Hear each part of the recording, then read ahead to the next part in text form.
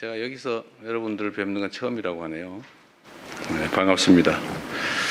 원래 비행기에서 하려고 그러다가 비행기에서 하면 여러분들 잠자다 잠을 못 자고 깬다고 그래서 할 수 없이 끝나고 난 다음에 오늘 하게 됐습니다. 한번 웃어줄 만도 한데 절대 안 웃어주네요. 네, 반갑습니다. 존경하는 국민 여러분, 대통령 취임 후 첫 유럽 순방을 마치고 어제 귀국했습니다. 우연의 일치겠지만 1년 전 제가 취임한 후에 첫 외교 일정으로 G7 정상회의에 참석하고 돌아온 날도 6월 18일이었다고 합니다. 1년 전에는 G7이라는 다자 무대에서 민주 대한민국의 복귀를 알리는 것 자체가 중요한 성과였다면 이번 유럽 방문과 G7 정상회의 참석을 통해서는 지난 1년 동안 대한민국의 위상과 대한민국에 대한 국제사회의 기대가 확실히 높아졌음을 피부로 느낄 수 있었습니다. 모두 국민 여러분의 성원이 있었기에 가능한 일이라고 생각합니다. 이번 순방의 주요 성과에 대해서 말씀드리도록 하겠습니다. 우선 이번 순방은 국제사회에서 대한민국의 위상을 더욱 높이고 국제사회의 현안 해결에 대한 책임감을 확인하는 소중한 계기였습니다. EU와는 평화와 번영, 연대와 협력이라는 공동의 가치를 중심으로 중동 정세, 한반도 평화, 경제 안보, 기후변화에 이르기까지 국제사회 주요 현안에 대한 공감대를 형성했습니다. G7 정상회의에 2년 연속 초청받아 참석해서 우리나라의 국제적 위상과 역할에 대한 국제사회의 신뢰와 기대를 확인할 수 있었습니다. G7 회원국과 초청국이 참석한 2개의 확대 세션과 업무 오찬에서는 새로운 파트너십 구축과 국제연대 재건, 글로벌 불균형 해소와 공급망 안정, 안전하고 신속하며 효율적인 인공지능 도입 보장 방안에 이르기까지 글로벌 현안 해결을 위한 대한민국의 입장을 적극 개진하였습니다. 이 자리에서 저는 글로벌 경제 불균형 문제 해결을 위한 연대와 대화의 중요성을 강조하고 인공지능 등 다양한 분야에서 혁신을 촉진하되 안정성과 투명성, 책임성을 함께 확보해야 된다는 점을 지적하였습니다. 또한 중동 위기가 종식될 것으로 기대되는 만큼 향후 글로벌 에너지 공급망 강화를 위한 체계적인 해법도 함께 모색해 나가자고 제안하였습니다. 정부는 앞으로 글로벌 에너지 공급망 강화와 아태 지역 내 에너지 수입국 간의 협력 강화 시스템 구축을 통해서 우리 국익에 부합하는 국제 협력 질서를 주도적으로 추진해 나갈 계획입니다. 둘째, 이번 순방 역시 실용 외교로 국익을 극대화하기 위해 노력했습니다. 먼저 유럽 물류의 중심지이자 혁신적 중소기업 생태계를 갖춘 벨기에를 방문했습니다. 양국의 중소기업과 스타트업의 안정적인 성장 기반을 만들고 미래 세대 간 교류와 협력을 강화하기 위해 함께 노력하기로 하였습니다.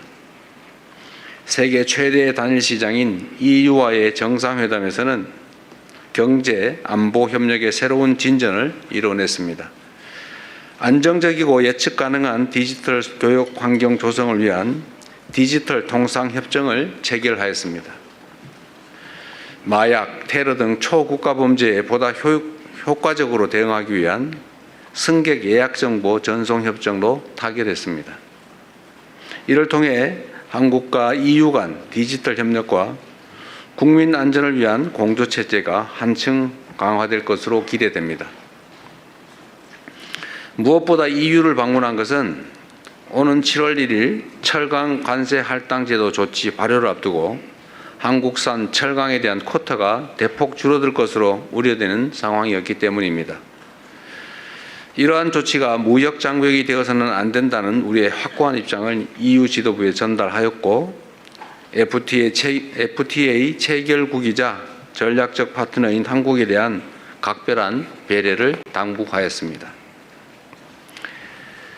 이탈리아와는 특별 전략적 동반자로 관계를 격상하였고 중소기업, 첨단 과학기술, 사회연대경제, 개발협력, 그리고 문화 분야 등 5개 분야에서 양해각서를 체결했고 1개의 협정을 타결하는 등 실질 협력의 폭을 크게 넓히는 성과를 얻었습니다.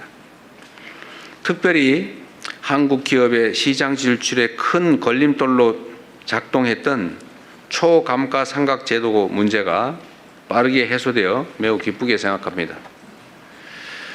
한인 관광 가이드의 자격 문제 등 우리 제외 동포들이 겪고 있는 오래된 애로사항에 대해서도 멜로니 총리의 적극적인 협조를 통해 해결의 전기가 마련됐습니다.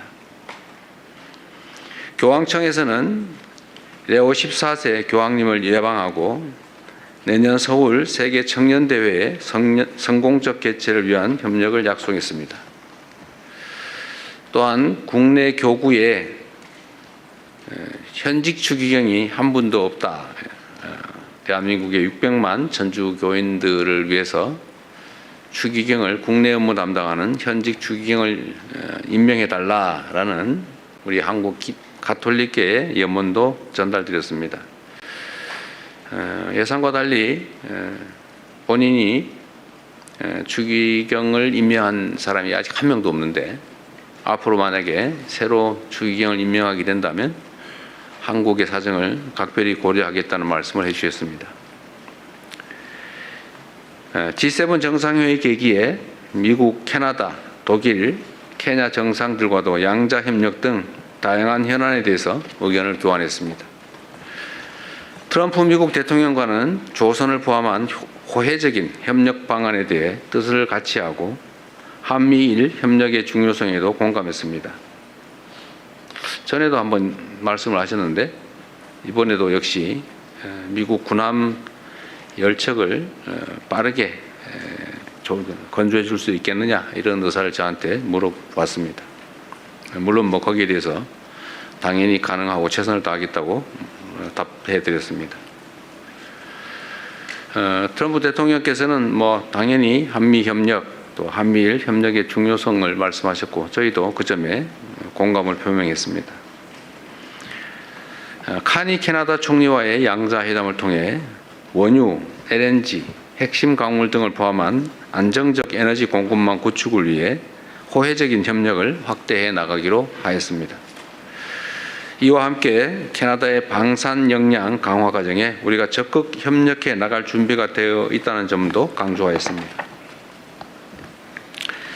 메리츠 독일 총리와의 회담에서는 방위산업 분야에서 양국이 서로의 강점을 결합한 호혜적인 협력 모델을 모색해 나가자는데 함께 뜻을 모았습니다.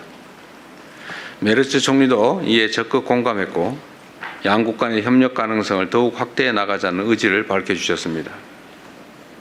또한 올해 10월 한국에서 개최되는 아시아 태평양 비즈니스 회의를 계기로 메르츠 총리의 방안을 추진하고 경제, 산업, 투자 분야 협력을 한층 심화해 나가기로 하였습니다.